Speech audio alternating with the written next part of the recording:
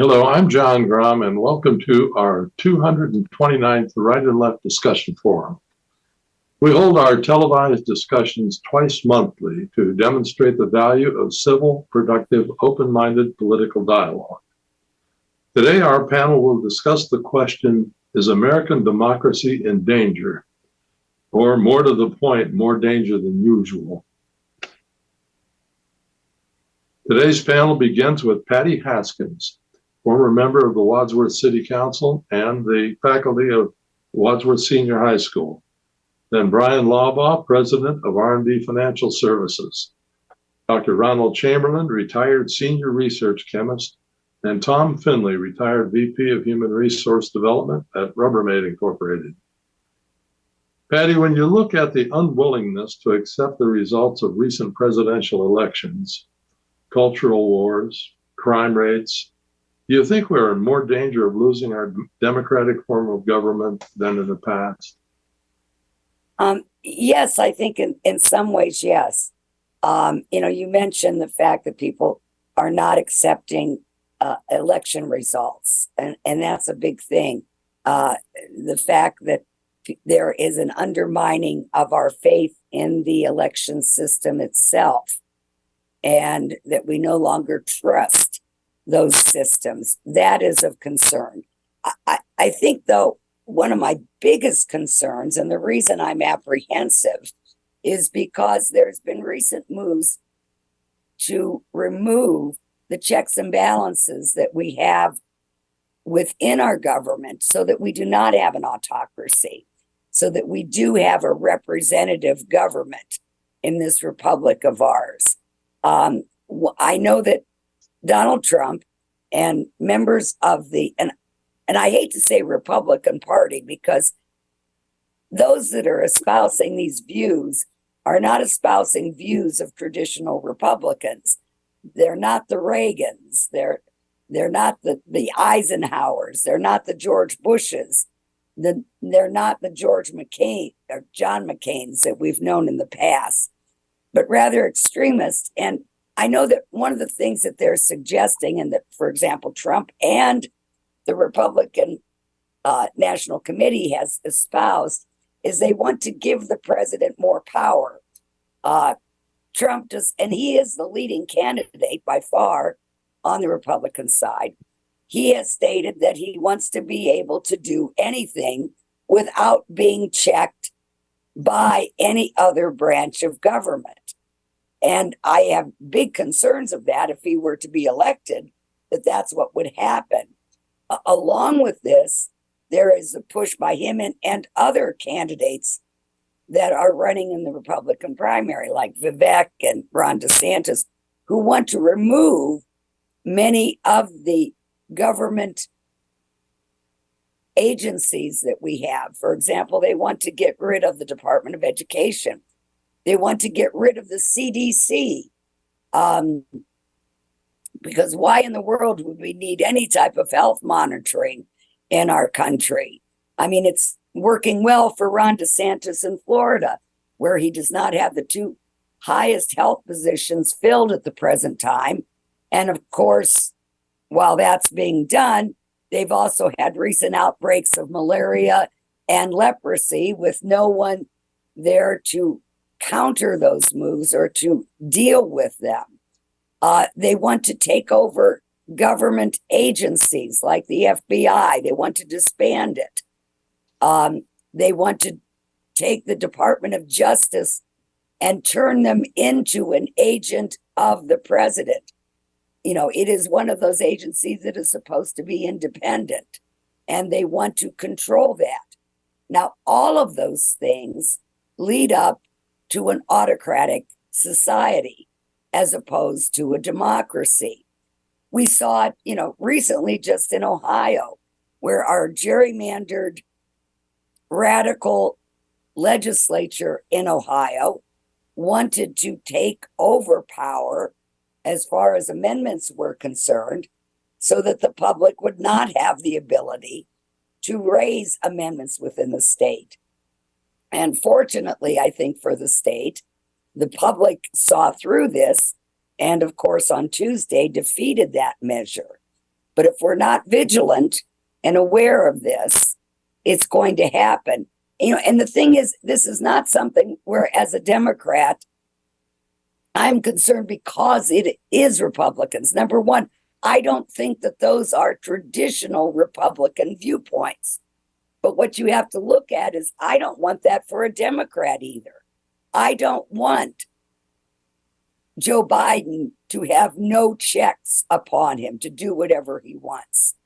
I don't want Kamala Harris to be able to decide who is the next president by simply throwing out electoral votes and saying, I'm in charge at this vote. So this is something that is not good for the country, and I think could lead us into peril if it is allowed to continue. Bryan, are you in total agreement with Patty's view? Well, I think probably the short answer is sort of, kind of no.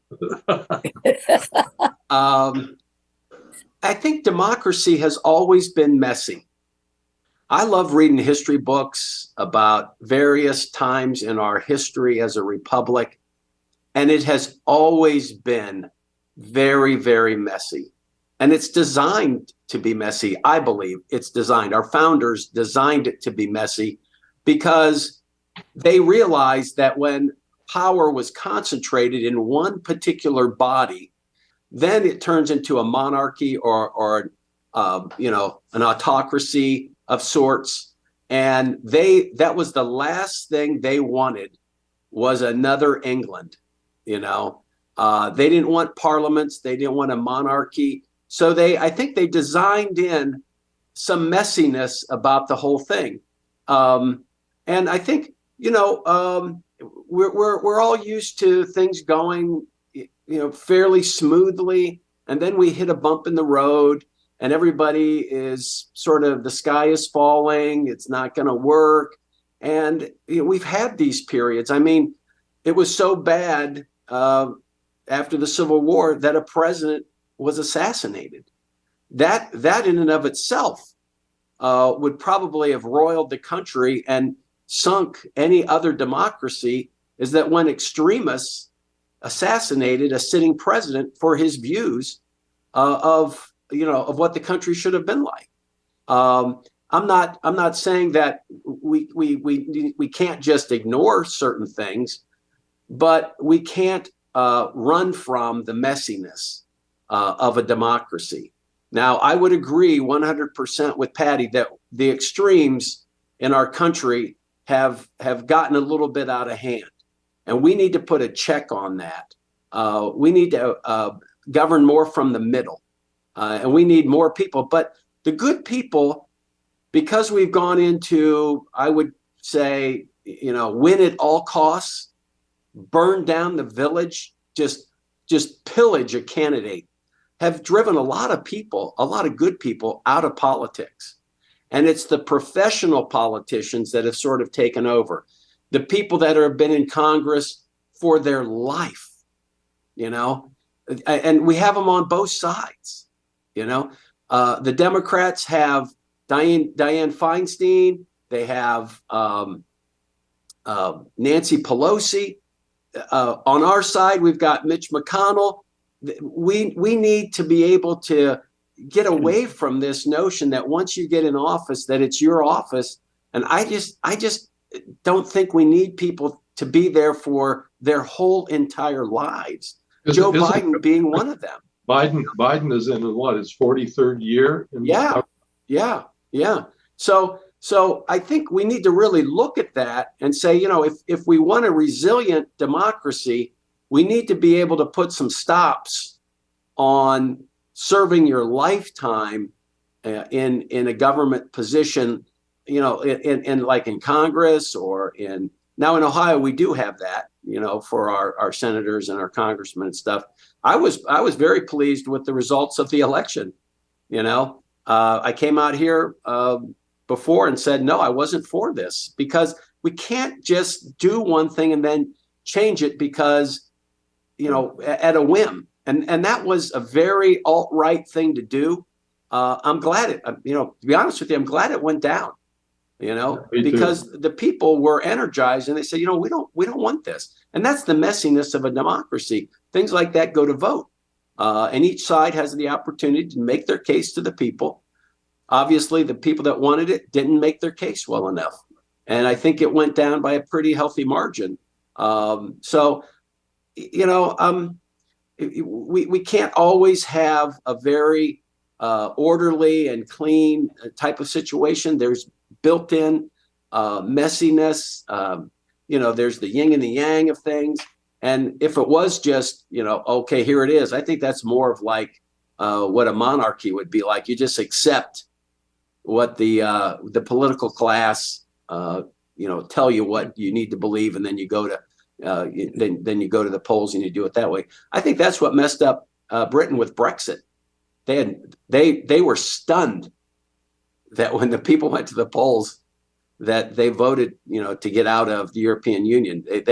That was out of left field. Nobody expected that. Whether you agree with it or not, I think the people, took it into their own hands. So that's where I come down on it. Okay. Ron, I've waited a month for your opinion on this. So fire away. It was difficult to know where to start with this, really. There are good things happening. There are bad things happening. I could find more bad things happening than good things happening. Certainly, there's Trump's big lie and all the people that supported that and are supporting that. Supposedly, a large majority of the rank and file GOP members throughout the country are supporting that. Trump is leading candidate in the Republican Party. So there's all that. We don't have a democracy in the classic case, and as the Greeks practiced it, except for cases where we go to the polls and vote on a particular issue. There, where there's nobody between us and the vote. But we represent people. We elect people, send them to office, so that they will be responsive to our wishes and our needs. And the extent that they decide they're not, we expect them to educate us as to why that's happening and convince us to agree with them. If we don't agree with them, we have the opportunity, the right, and the privilege to vote them out the next session if we can do that. Now, unfortunately, power tends to corrupt, and there are a lot of politicians that get in there, and Ohio is a great case in point, to do everything they can to stay in power. Once in a while we catch them. We caught Larry Householder. But, we don't catch a lot of them. And so that they build us up on here. I'm stated very nicely that, that it's not all Republicans, it's not all Republican legislators, but it's really difficult to see where the good guys are, because the bad guys are so vocal and they're so out there and so active. So I got some examples here. Ohio's just a good one to start with. The higher legislature has been defying the voters on gerrymandering, on a variety of gun control issues like background checks and safe storage and red flag laws and training and licensing for concealed carry. In general, the people are in favor of those things. The legislature has gone the opposite direction. Stand your ground. I think most professional law enforcement people are opposed to that. They think it's a very bad idea. So there's that sort of thing. Ohio is a good example of the legislators not really responding to the desires of the people. There's some challenges to the federal government by states at the moment. Well, first of all, a recent issue is kind of interesting. You're talking about not wanting checks and balances.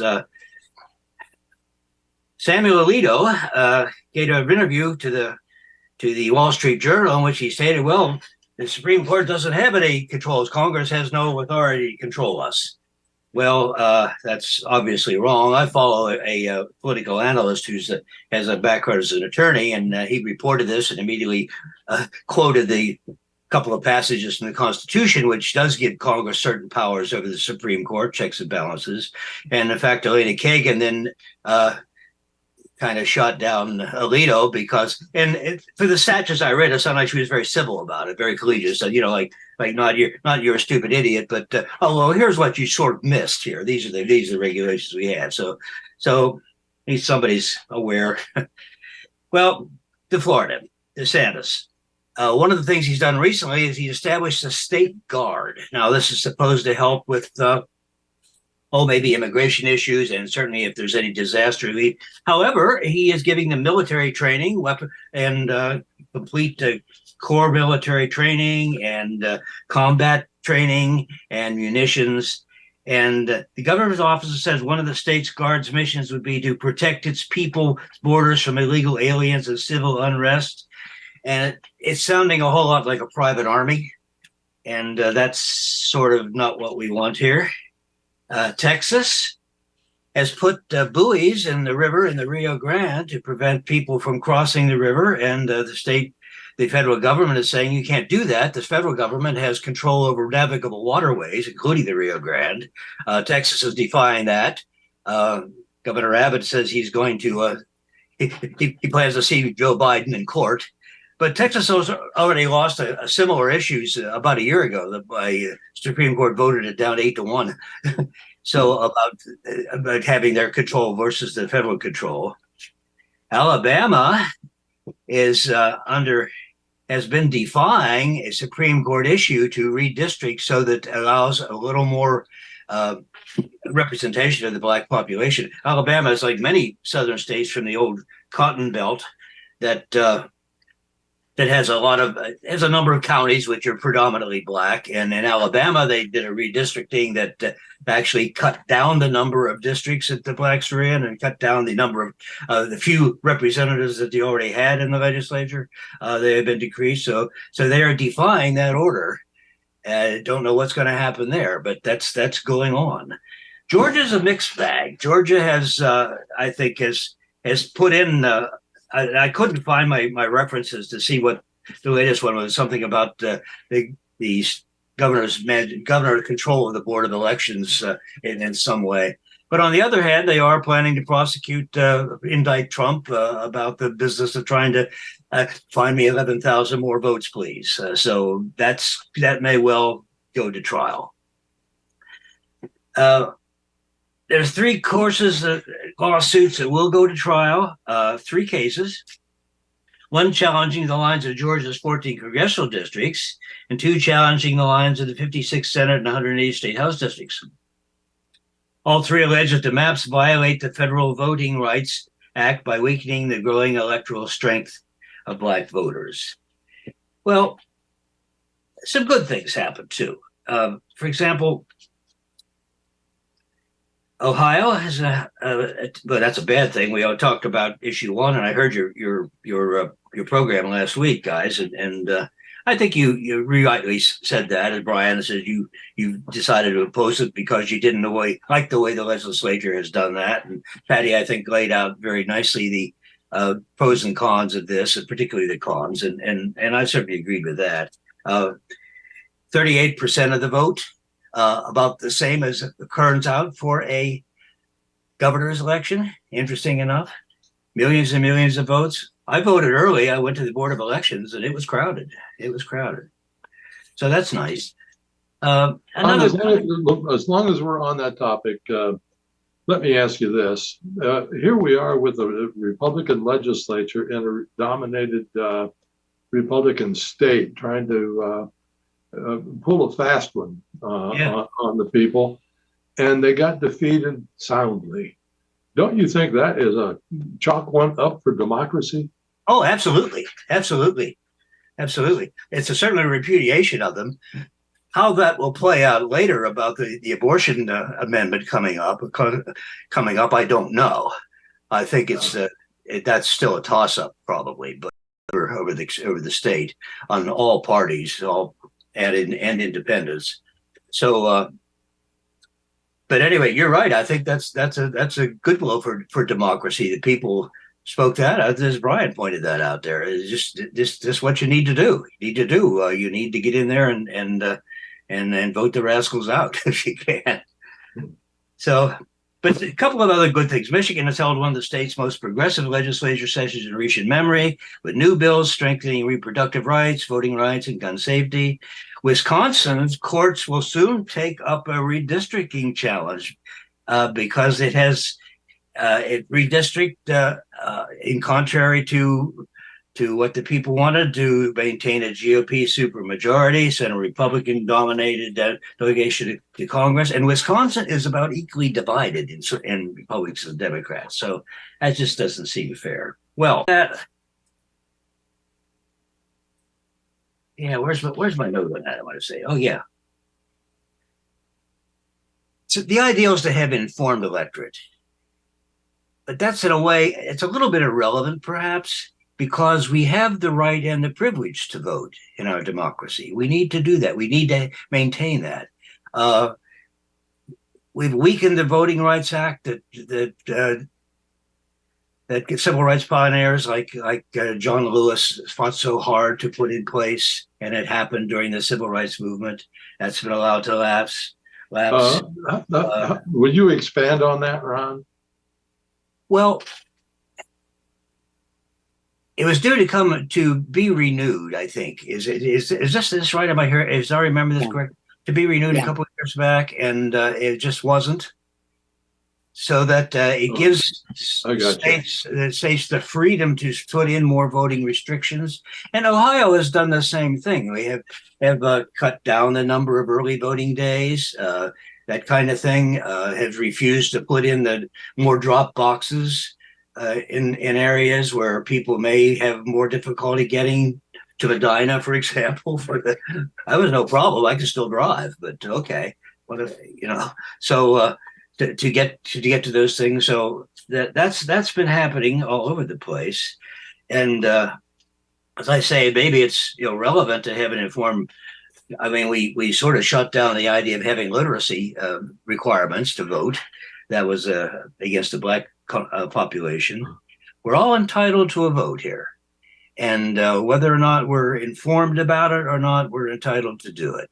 I hope we can be informed, and I think that democracy is crucial that we have this, and we hold our legislators to the task, and don't let them get away with too much. So is it worse than it was? I don't know. I'm not enough of a historian to tell. As Bryan says out, we assassinated a president. We tried to assassinate several of them. The fellow who shot because of doing that. So a little bit of history there. So, well, Tom, you've been waiting patiently. What's your response to this question? How do you know I'm patiently waiting? Actually, it looked like it. It's been very difficult because the comments made just stir this up and that up. I've been trying to just make notes so I wouldn't forget, but I just want to start off with there seems to be deliberate strategies on voter confusion. Create voter confusion is a strategy by both parties. It's deliberate.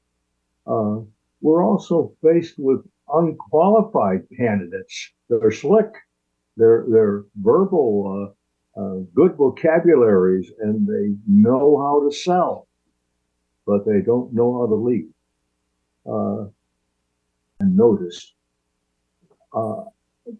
I haven't done enough research to be sure of this, but I think the school curriculums have long since abandoned teaching government and responsibilities. It is, if that's so, it's a very serious thing and a basis of what problems we have today with candidates and voting and parties and responsibilities. I would add one more thing to this, and that's our media. They're slick, they're uninformed, misinformed, and sometimes deliberately, in my mind, lead us in the wrong direction as to what candidates said or didn't say. So that's one point I wanted to make, or several points, I guess. I would second the motion. The foresight of our forefathers in building this Constitution in such a way that it is so difficult to change what seems to be working. I think there ought to be added, though, to it term limits, new standards for serving and a responsibility for candidates. If we don't need any, regardless of what you think about Trump, but to think of a candidate put on a list by a party who's potentially going to prison. He's been indicted. How in the world can that happen in a party that's responsible for putting a leader, potential leader, in front of us? Ron, I second your motion or your thought about there's a lot of good guys, bad guys out there, and to separate that has become a real difficulty for the voter. And I believe, again, we have a media, and that I don't know whether it's most of the time it's failing because of uninformed or it's deliberately trying to influence. I don't know that. But I raised the flag around that powerful, powerful communication that we're exposed to. And then the other flag I just want to reemphasize is we need to check whether or not school boards are insisting that the curriculum do expose children to the understanding of the Constitution and their responsibility for voting. Okay, in a few seconds that we've got left, I just want to voice my opinion about the way that we are now tailoring elections. I think that democracy is threatened when we make it overly convenient and complicated to vote. I think with drop boxes and early voting and all these different things that we're doing now in the name of convenience and democracy, it just seems to me it opens up more avenues for mischief than we've ever had before. And I think that unless we have confidence in our elections, our democracy really is threatened. So I got that, and I'm not going to allow anybody to respond to that because our time is up. I don't agree. I know you don't. But anyway.